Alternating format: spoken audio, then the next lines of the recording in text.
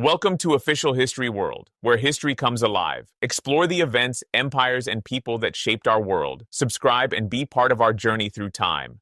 Premium Forever Love necklace to my beautiful love. Buy this necklace, click my YouTube video description product link, and shop now.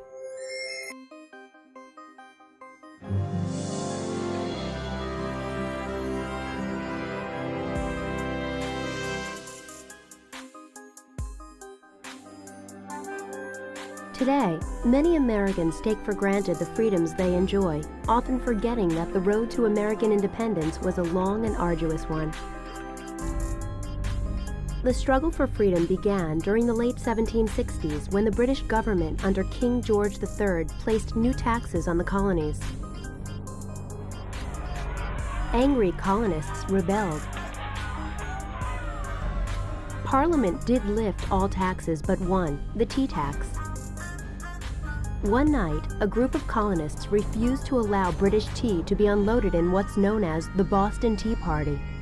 Disguised as Native Americans, they boarded the ship and dumped more than 340 chests of tea into the water. The British responded with tough actions. Boston's port was closed, and men appointed by King George III replaced many officials from Massachusetts. Troops were sent into the colonies to enforce British rule. Most of the colonies sent delegates to Philadelphia to meet in a group called the Continental Congress. The Congress asked Britain to relax its control over the colonies, but the British refused. Then, on April 19, 1775, a force of British troops tried to seize arms and ammunition colonists had gathered in Concord, Massachusetts. The two sides exchanged fire in the first battles of the Revolutionary War.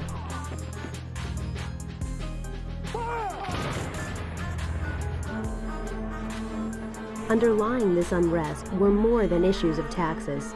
Colonists felt they were fighting for their rights. They made this claim based on the ideas of the Enlightenment. The Enlightenment was an intellectual movement that celebrated human reason and science, as well as freedom from tyrannical government and religious persecution. One Enlightenment thinker in particular, an English philosopher named John Locke, had an enormous influence on the thinking of colonists.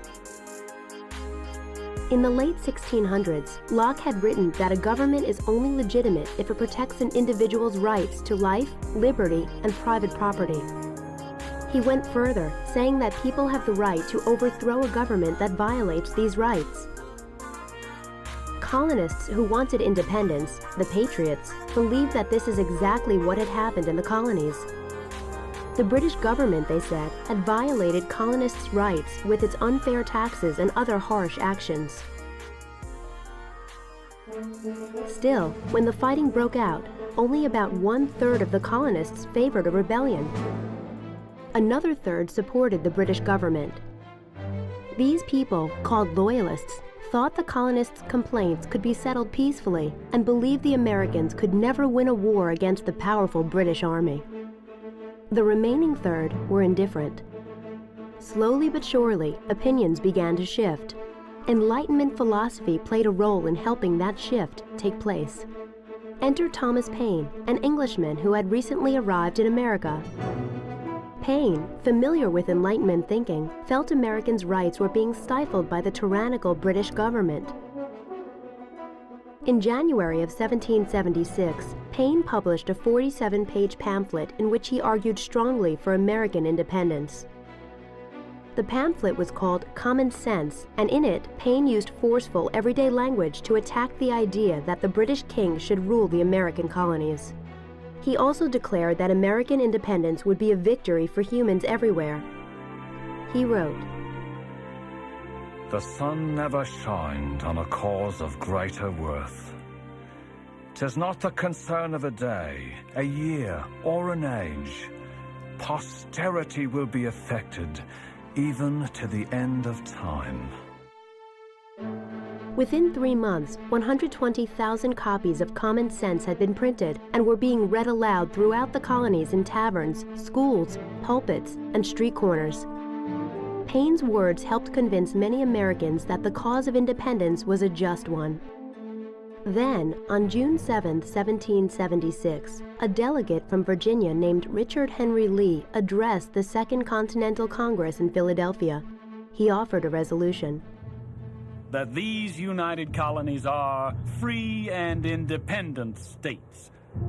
That they are absolved from all allegiance to the British Crown. The Congress appointed a committee to draft a Declaration of Independence.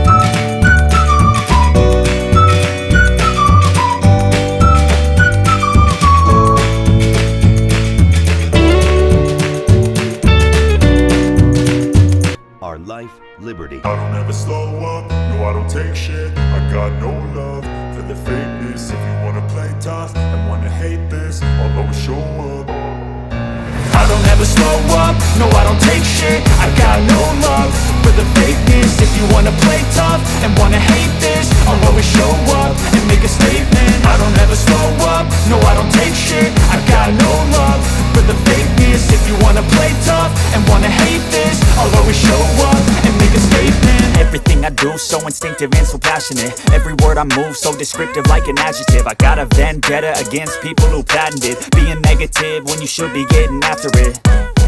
I got facts over tracks, this and that. Spitting slow, spitting fast. I could roast, I could gas. Think I'm okay at last, but I don't know if that can erase all the past and the pettiness. That task was a difficult one. An important step toward independence came at the Battle of Saratoga in 1777. American troops forced thousands of British soldiers to surrender.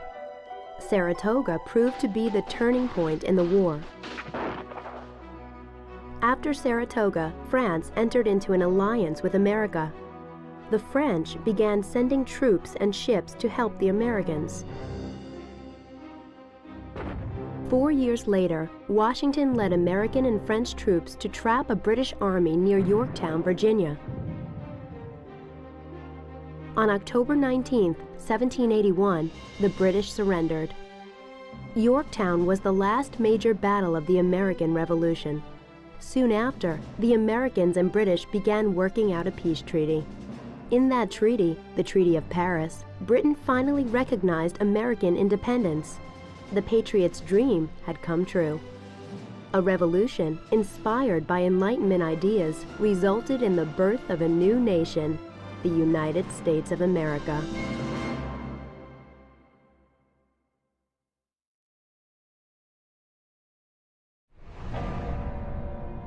Was Paine right about the role of the American Revolution in world history?